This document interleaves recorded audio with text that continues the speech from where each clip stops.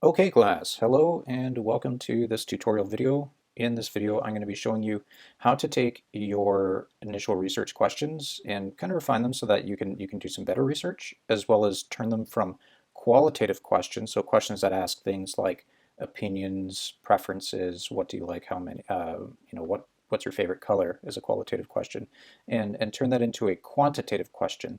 In other words, a question that will give you some numerical results so that you can do some statistical comparisons. This will be the first part in a two-part video. I'm going to use these questions here that are some questions in progress from one of you, and I'm going to turn them into a Google Forms survey. I want to stress, whenever you're doing a survey, you need to make sure that people's data is protected, that their responses cannot be traced back to them, and that if you are tracking any kind of response, you're only tracking it as a group. So you might want certain people to be in one group or another group, and you can pull data from that group without identifying the individual or using those individual responses connected to a name or an email address. Confidentiality is extremely important when you're doing any kind of work with people, and in the social sciences, that's no different. And I'm going to show you in the next video how to interpret that data using some spreadsheet tools that are already there in Google for you. So let's start by looking at these questions.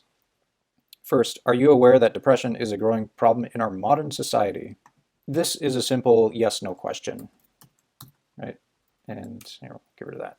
This is a yes/no response. And yes/no responses are really good to kind of open a survey with, so you can establish some base idea or concept for what type of participant you're working with.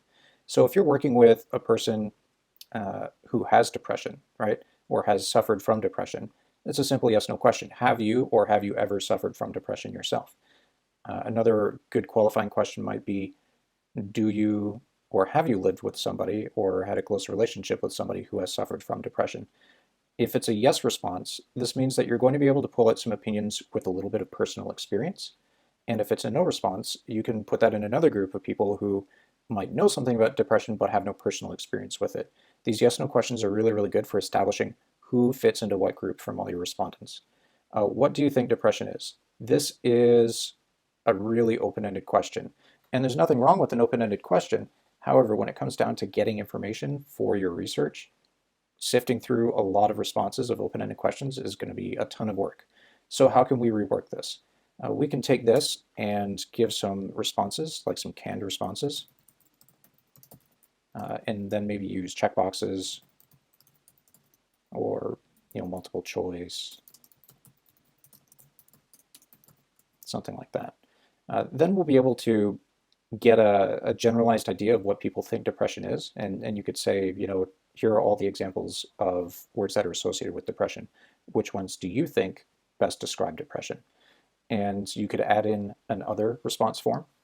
So let's actually stop on this page here, and we'll go over to our form and start setting that up.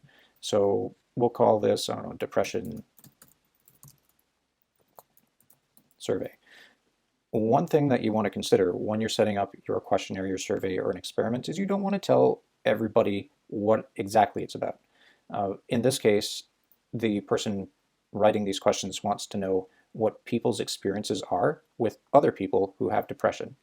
So we don't want to say, well, what's your experience with this thing? Because it's going to prime people's responses to either try to please the person who's giving the survey or disprove it.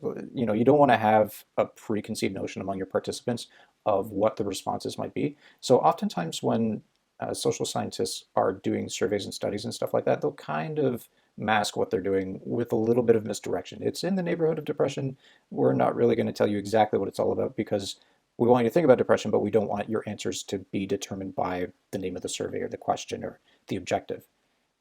And then under description here, we can say, please answer the questions as thoroughly as possible. I'm not going to type everything up because you don't need to sit there and watch me type. Blah, blah, blah. You get the idea.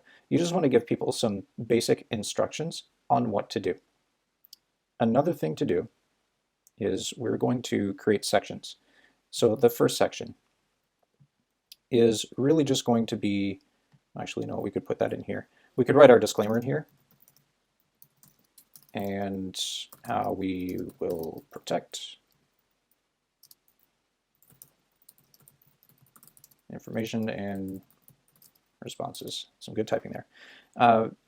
You want to make sure that you get that out in the open and you help people understand that we're going to protect your information and your responses are confidential. There's no information that's going to be exposed. And then we can start with sections. Sections help break things down a little more easily. So our first section can be, what do you, could be something like, what do you know about depression? And then you can write a description here. I would like to know, whoops, what you know about depression, or your thoughts, feelings, experiences, whatever that might be. Then we can get right into our questions. So are you aware that depression is a growing problem in our modern day society? That's a fine question to ask.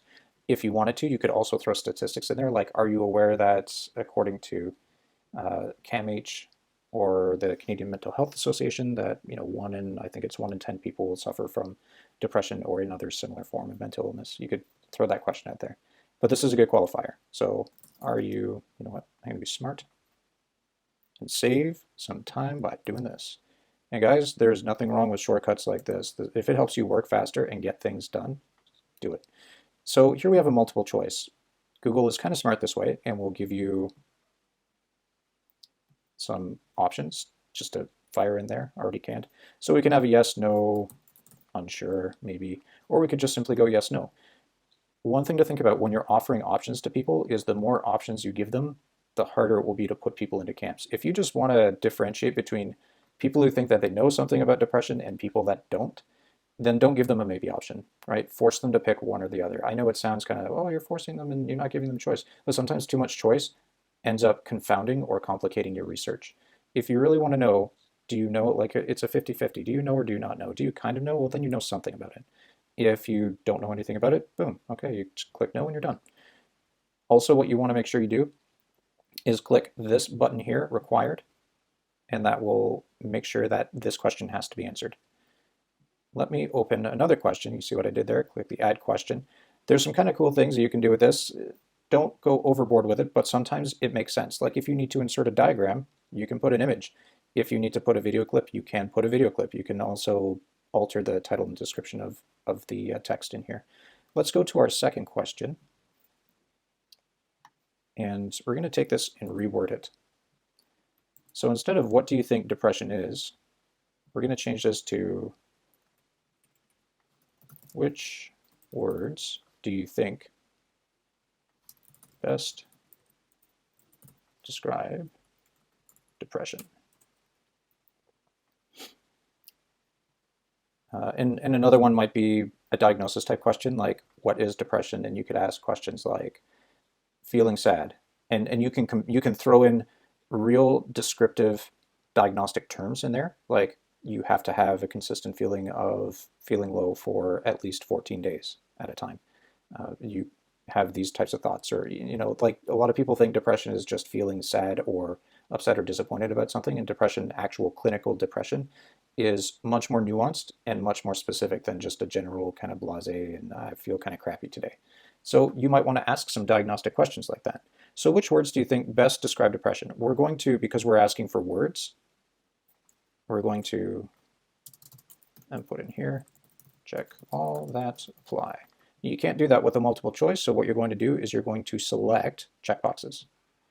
And in checkboxes, now you can add all kinds of things. Feeling sad. And what I would suggest for this is getting a good list of descriptors and really trying to apply them. The other thing you could do is, you see I'm trying to give descriptions, right? And you could just be a little more brief. Make sure that whatever you're writing in here, that it is connected to responses that you want to hear, but also throw in some, kind of responses that are commonly held but not true. And this will help you differentiate between, do people really know what depression is, or do they have or experience maybe some misconceptions about depression, and kind of base their ideas on that. Let's move on to the next one.